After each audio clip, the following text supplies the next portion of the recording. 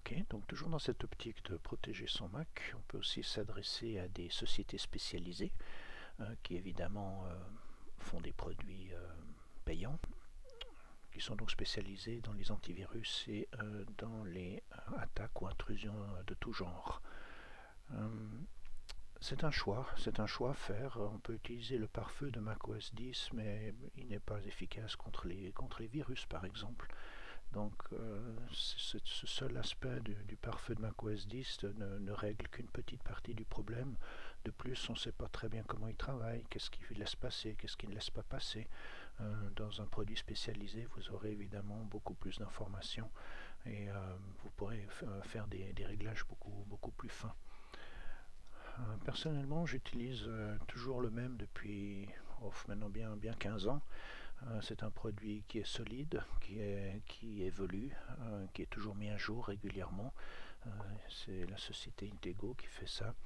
Alors, il propose un bundle qui contient toutes les protections possibles et inimaginables. Donc, je dirais, par rapport à la première copie d'écran, je dirais que ça, c'est pas un produit qu'il faut acheter tel quel, qui contiendrait vraiment tout. Pas besoin de payer plus cher qu'il ne faut. Si on prend ensuite ce qu'il propose séparément, il propose 3 produits.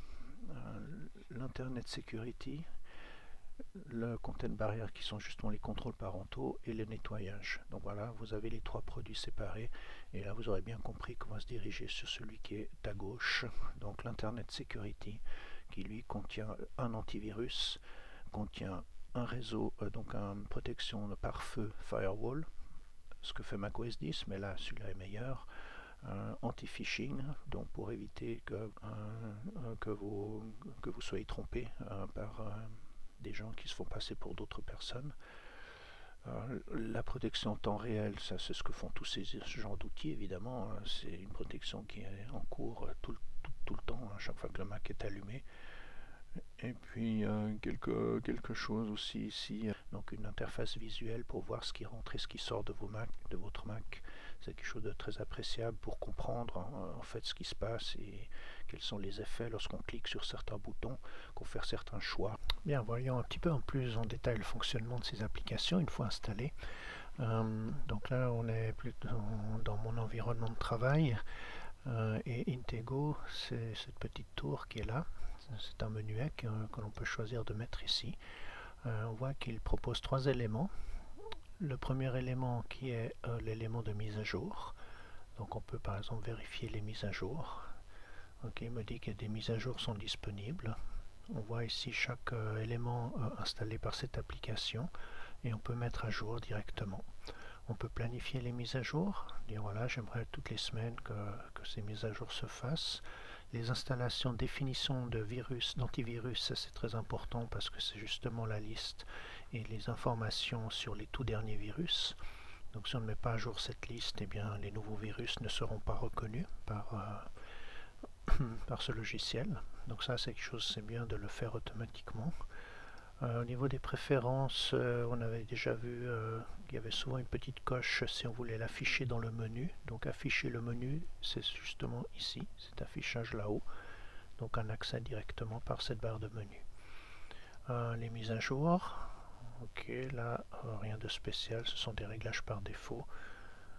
Et puis des notifications d'alerte, on ne va pas exagérer non plus, donc on ne les met pas en route. Voilà, donc là il suffirait de cliquer sur mise à jour.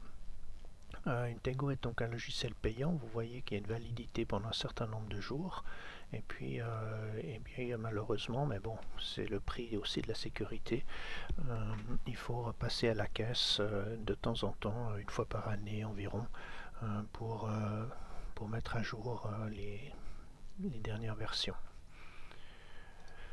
Le deuxième élément que je vais vous montrer, vu qu'on parlait des virus, c'est donc virus barrière, c'est un des éléments de ce logiciel. On voit qu'il analyse actuellement en temps réel, donc c'est ce que je veux, et je vais l'ouvrir pour voir comment il se présente.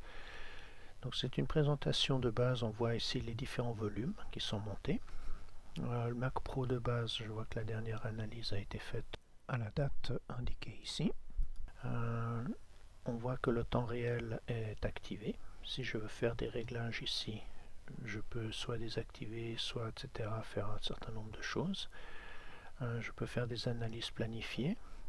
Dire voilà, j'aimerais que tu exécutes chaque jour une analyse. Pour l'instant, moi j'ai désactivé ça. Les fichiers en quarantaine, ce sont des fichiers qui ont été écartés par le logiciel parce qu'il suspecte qu'ils comportent des virus. Voilà, donc on va le faire peut-être pour le disque Macintosh HD, qui est notre disque de démonstration. Il n'a jamais été analysé, donc on va l'analyser.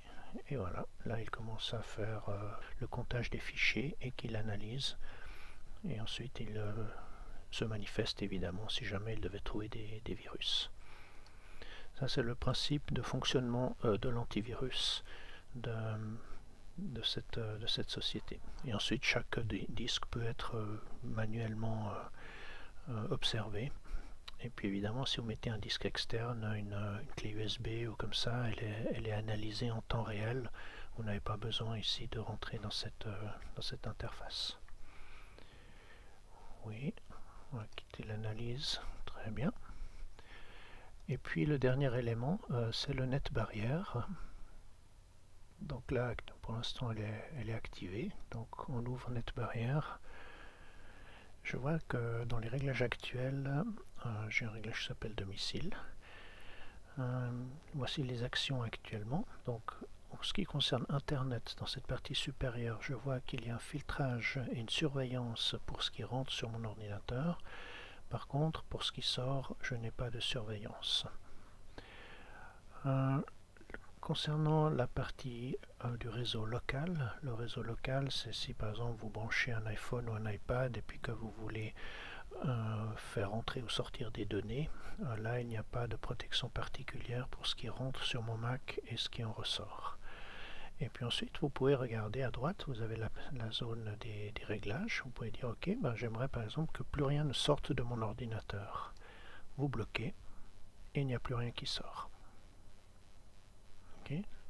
Là aussi au niveau local vous voulez bloquer, vous bloquez. À partir de là votre ordinateur est totalement isolé autant internet et autant au niveau local. Le but est évidemment de ne pas tout bloquer. Et ensuite vous pouvez par exemple pour sortir vous pouvez mettre des exceptions. Vous pouvez rajouter des choses pour des exceptions, mais ça c'est plutôt déjà des utilisations plus techniques et plus avancées. Au niveau des applications, on voit actuellement qu'on peut observer ce qui se passe. J'ai vu ici que Dropbox, par exemple, ce stockage en ligne, est à l'écoute. C'est-à-dire qu'il attend que des informations viennent. De temps en temps, il regarde. Et puis à ce moment-là, ça veut dire qu'il fait une connexion avec votre ordinateur pour voir s'il y a par exemple quelque chose à synchroniser, un nouveau fichier qui serait arrivé, etc. Donc là, vous avez la liste des applications qui sont à l'écoute. Romote, par exemple, est une télécommande. Et bien elle, forcément, l'ordinateur est à l'écoute de cette application si jamais je devais piloter mon Mac avec la télécommande pour lancer des films et des choses comme ça. Voilà, PhotoSync est une application qui permet de transférer des photos d'un iPad sur un ordi, etc. ou dans l'autre sens. Lui aussi est à l'écoute de savoir est-ce qu'il y a des photos ou des choses qui sont en train d'arriver. Et si j'envoie des photos, bien à ce moment-là, j'aurai comme dans Dropbox, j'aurai des flèches qui indiquent que quelque chose se passe. Donc pour l'instant, il y a des applications à l'écoute sur mon ordinateur, mais rien de spécial ne se passe. Donc là, pas d'inquiétude, il n'y a pas de communication abusive. Sur la droite, je vois les applications et je vois que certaines sont autorisées et d'autres pas. Par exemple, Acrobat, l'updater d'Acrobat commençait finalement à m'embêter, toujours en bas c'était une icône qui saute sans arrêt parce qu'il est en train de voir s'il y a des updates. Donc lui, j'ai dit non, toi je te veux pas. Donc à ce moment-là, on peut faire éditer. Et puis ici choisir avec le petit menu, voilà, choisir si on autorise ou si on bloque les connexions avec cette application. Donc si vous avez des applications qui sont listées là, ce sont vos applications, hein. Si elles sont listées puis vous dites il n'y a aucune raison qu'il y ait une communication qui se fasse avec Internet et cette application, eh bien vous pouvez lui bloquer l'accès. Donc c'est très simple, c'est assez convivial à voir et à observer ce qui se passe. Après vous pouvez faire une configuration travail avec d'autres réglages éventuellement. Si vous vous déplacez, des choses comme ça, vous pouvez faire un autre système. Et après, vous devrez choisir quelle configuration vous devez activer sur l'ordinateur. Voilà, cette présentation de NetBarrier est terminée. Donc Intego, c'est une possibilité globale. En achetant un produit, on a la protection contre les intrusions et puis contre les virus. Bien, le but de cette présentation n'est évidemment pas de vous faire l'apologie de ce produit en particulier, mais plutôt de montrer les points les plus importants, les choses qu'il faut pouvoir consulter facilement. Déjà voir aussi si le produit couvre les deux grands domaines, les virus et la partie anti-vandale. Donc voilà, après vous choisissez le produit qui vous convient. Si vous en choisissez un autre, n'hésitez pas à poser la question sur Internet, dans la recherche Google, quels sont les meilleurs antivirus pour Mac, et puis vous cherchez, vous lisez ce qui se dit dans les forums de discussion, parce qu'il ne faut pas non plus se tromper en achetant ou en ayant ce type de produit. Il existe des produits gratuits, mais voilà, après les auteurs d'un programme gratuit n'ont aucune responsabilité vis-à-vis de leurs clients. Et personnellement, je suis peut-être de la vieille école, mais je préfère encore payer pour un produit en me disant qu'il y aura derrière des développeurs qui font le suivi et qui sera toujours bien à jour et que le produit sera toujours au top niveau, ce qui est le cas de celui que j'ai vu évoluer depuis des années. Voyons maintenant quelques réglages que l'on peut faire dans Mail, le logiciel de messagerie d'Apple. Je vous ai préparé ici dans le dossier indésirable un certain nombre de mails que j'ai reçus. Si vous regardez ici, normalement ça fait longtemps que je peux arrêter d'enseigner, parce que là j'ai gagné 3200 $, là j'ai gagné 2 100 000 $, là j'ai encore 10 000 $ sur mon compte, là j'ai encore reçu une confirmation, donc j'ai un fonds qui visiblement m'a versé 55 000 francs. Donc vous voyez, depuis le 8 décembre, j'ai bien facilement renfloué mon compte en banque. Évidemment, tout ça, ce sont que des attrape-nigo. On me propose ici, par exemple, un bon. On me propose ici un bonus que je n'aurais pas encore demandé. Là, on me dit c'est une nouvelle comme quoi j'ai gagné quelque chose. Là, il y a Aimé là, qui semble m'aimer beaucoup. On envoie beaucoup de mails. Tout ceci, ce sont évidemment des robots, des machines qui envoient des mails. Ce ne sont pas des personnes. D'ailleurs, si vous regardez bien les heures, ça a été envoyé à minuit 52, 3 heures du matin. Enfin voilà, quelle entreprise travaille à ces heures-là. Alors comment faire pour que ces spams ne vous polluez pas la boîte de réception, car ces spams que vous voyez donc là n'arrivent jamais dans ma boîte de réception. Je n'ai donc jamais rien ici qui m'ennuie, et pour ça il faut aller dans les réglages de mail, dans les préférences, et dans ces préférences je peux choisir que faire avec le courrier indésirable. Donc déjà j'aimerais le filtrer, donc ça vous pouvez le cocher si vous utilisez mail. Ensuite, j'aimerais que certains messages échappent à ce filtrage. Ce sont les gens qui font partie de mes contacts. Les contacts, c'est, je vous rappelle ici, vous voyez, voilà, là, vous avez tous vos contacts. Ok. Donc ces contacts, c'est pour ça qu'on avait déjà dit plusieurs fois qu'il faut bien renseigner ce logiciel, cette application, car non seulement elle permet de se synchroniser ensuite avec un iPhone ou un iPad ou un autre ordinateur, mais ça permet aussi de faire une base de contacts que vous connaissez, et ce filtre se base sur cette application. Donc tout ce qui n'est pas dans cette application arrivera dans Indésirable. Si l'expéditeur figure dans les destinataires précédents, alors vous envoyez un mail, cette personne vous répond, cette personne n'est pas dans vos contacts, mais vous avez déjà eu un échange de mail avec elle, donc destinataire précédent, ok, ça passe, ce mail-là va passer ce filtre et arriver bien dans votre boîte de réception. Si le message m'est adressé avec l'aide de mon nom complet aussi, on considère qu'à ce moment-là la personne vous connaît. Ça c'est une des choses, c'est proposé par Apple, c'est très efficace. Et puis après il y a la possibilité de donner encore des règles, donc de rajouter des règles. Alors j'en ai ici un certain nombre que j'ai accumulé au fil des années, pas besoin de faire tout ça du premier coup. Par exemple ici, vous voyez, pas dans le carnet d'adresse. Lorsque ce n'est pas dans le carnet d'adresse, je veux que ça passe dans la poubelle spam, c'est-à-dire ce dossier que j'ai créé ici. Ok, ça c'est une règle. Si je regarde comment elle est faite, je vais la modifier. Donc on a à chaque fois une possibilité ici de donner déjà le nom de la règle. Et ensuite, l'expéditeur ne fait pas partie de mes contacts. Je pourrais rajouter une deuxième condition. Là pour l'instant je ne le fais pas. Et puis ensuite, si tu trouves quelque chose qui correspond à ce premier critère, qu'est-ce que tu veux faire? Eh bien, je peux copier le message, le déplacer, mettre un son, etc., répondre au message. Donc là, je vais le déplacer dans un dossier. Après, voilà, là, il y a tous les dossiers de mes mails. Donc, je choisis le dossier spam. Ok, c'est comme ça qu'on crée une règle. On peut en rajouter une. À ce moment-là, voilà, vous donnez les informations qu'il faut. Et puis ensuite, ici, vous l'envoyez là où il faut. Donc c'est pour ça que voilà, par exemple là j'ai toute une série de spam que j'ai rajouté, ouais, tous les prénoms. Je pourrais rajouter email là par exemple, que j'ai vu plusieurs fois. Donc pour ajouter quelque chose, eh bien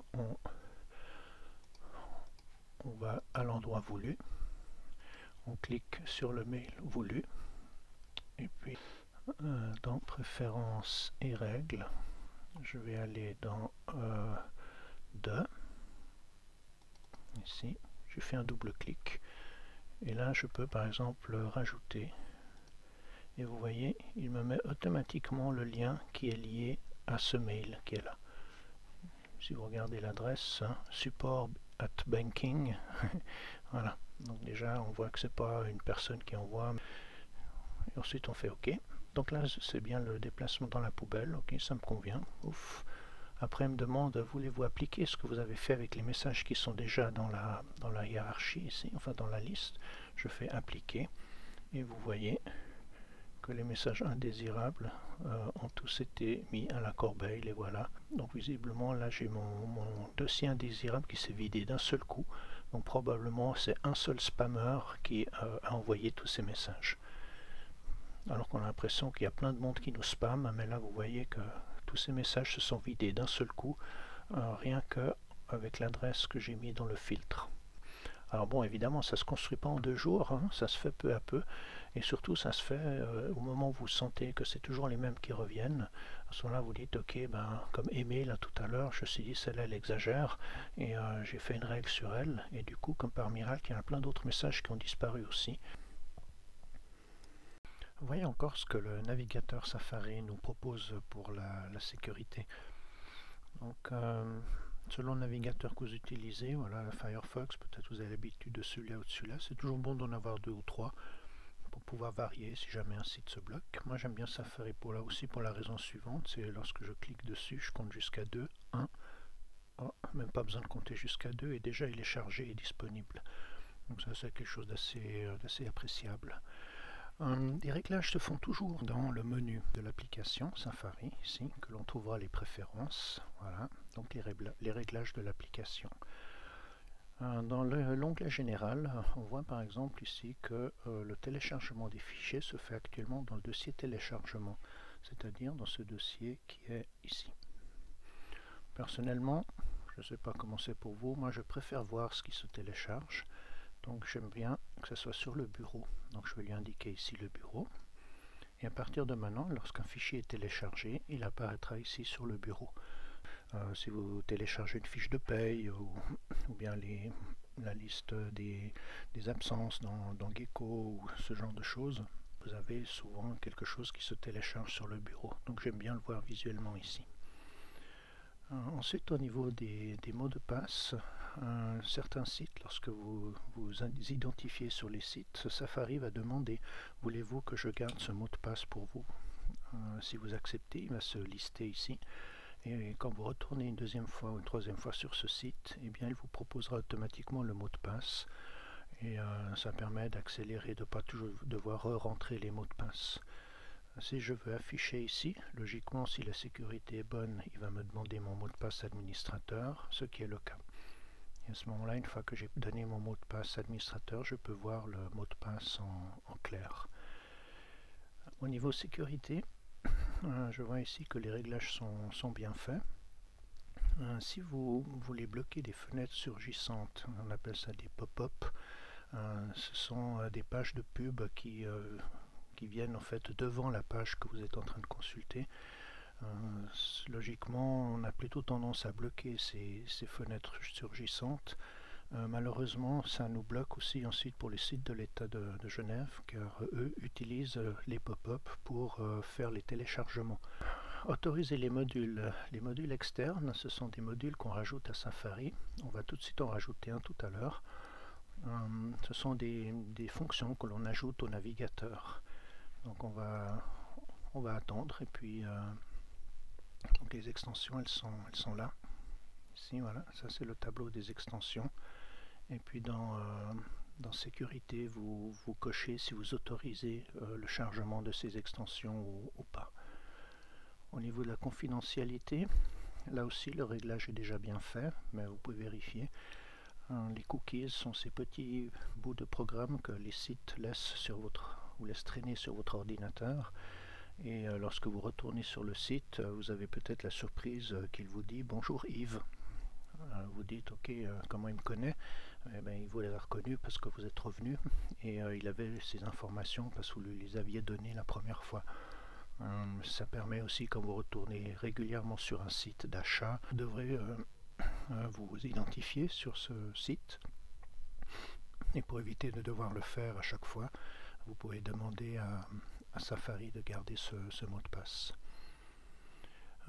Si vous pouvez toujours voir les détails, là je ne dois pas voir grand chose. Si, quand même quelques-uns. À un moment donné, vous dites: ok, j'aimerais une fois faire le ménage, alors vous faites tout effacer, ou bien ici, supprimer toutes les données de site web. Comme ça, voilà, vous faites une fois le ménage et plus aucun site n'a de traces. Les extensions, c'est donc là où va s'ajouter l'extension qu'on va télécharger maintenant. Je vous propose de télécharger AdBlocks. On va mettre Mac toujours. C'est une extension, c'est un bloqueur de publicité qui est très efficace. Et là, dans les choix de téléchargement, je vais prendre celui-là qui est le site de l'auteur. Ok. Voilà, j'observe un petit peu le tour pour voir là où il faut cliquer. Télécharger ici. Ok, j'accepte. On voit le téléchargement qui a été fait et on voit sur le bureau. Cette fois-ci, vous voyez, c'est quand même assez pratique de voir les choses apparaître sur le bureau et pas devoir ensuite aller les chercher ici dans téléchargement. Alors, je vais maintenant double-cliquer sur ce module et je vais l'installer à partir de la galerie ici, et voilà, on voit que dans extension ce module a été activé et l'installation est en train de se faire. Voilà, et elle est terminée. Ok, et maintenant qu'est-ce qui s'est rajouté ici?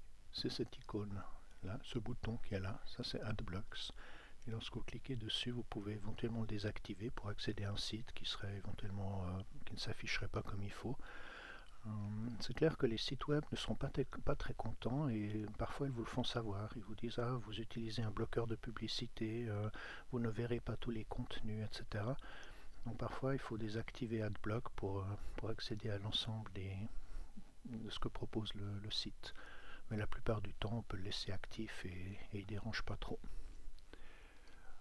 Voilà, donc à partir de là, je peux consulter des pages, et si je rencontre une page qui veut m'imposer de la pub, soit en ouvrant un nouvel onglet, comme ceci, soit en me créant une nouvelle fenêtre comme ça qui viendrait devant la fenêtre que je consulte.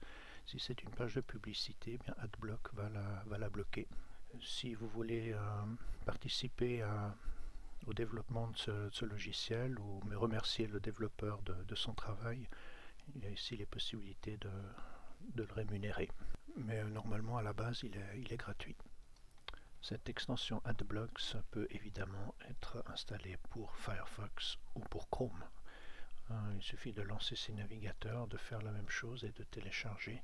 Et il va le télécharger pour le navigateur qui est actif. Voilà, ce module est terminé.